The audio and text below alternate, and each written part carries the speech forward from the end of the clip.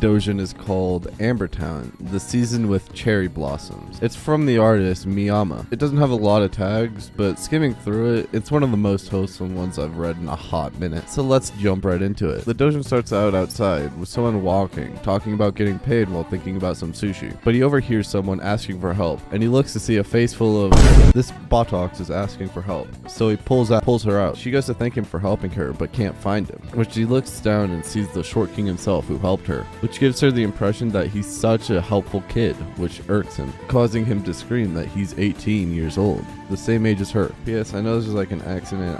They're 18.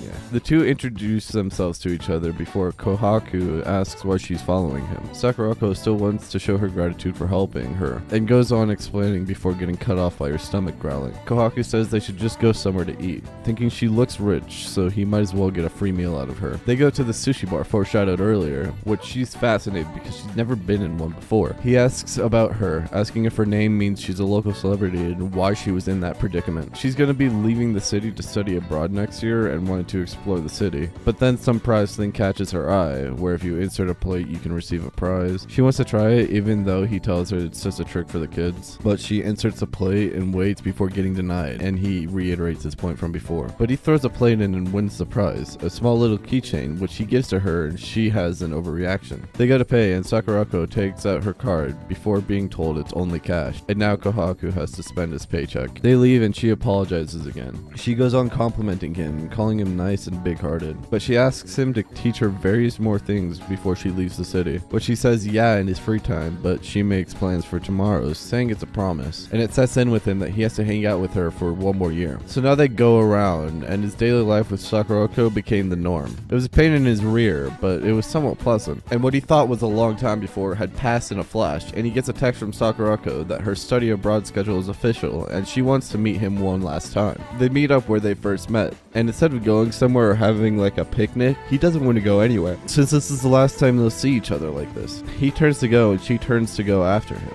but the charm on her bag from the sushi place falls into the water, and she chases after it, jumping into the water searching for it. He grabs her and pulls her towards him, and she's crying about how it's the first present he gave her, and it would be okay if they were separated as long as she had that. He then hugs her and says that he'll give her as much of that stuff as she wants, and tells her don't you dare cry. It cuts to a house, and the two confess their feelings for each other, and then they do the deed, before saying that this isn't going to be a memory, and that he'll find her in the future, and they continue. They finish up and it cuts to an airport. 3 years have passed since that day, and it's been long enough to forget their promise. She sits in a park thinking about how he might not remember it, and she still thinks about it, getting depressed over the thought of wanting to see him again. But then someone stops in front of her saying she forgot something, and in her eyes you see the keychain, and the two meet up again, and she's surprised, because he hasn't forgotten their promise. She starts tearing up and goes to hug him, knocking him backwards, and the doujin ends with her saying that they'll always be together. Overall, I rate this a 10 out of 10. It was such a new change of pace with comedy aspects and wholesome moments mixed together so well. The art style was definitely unique.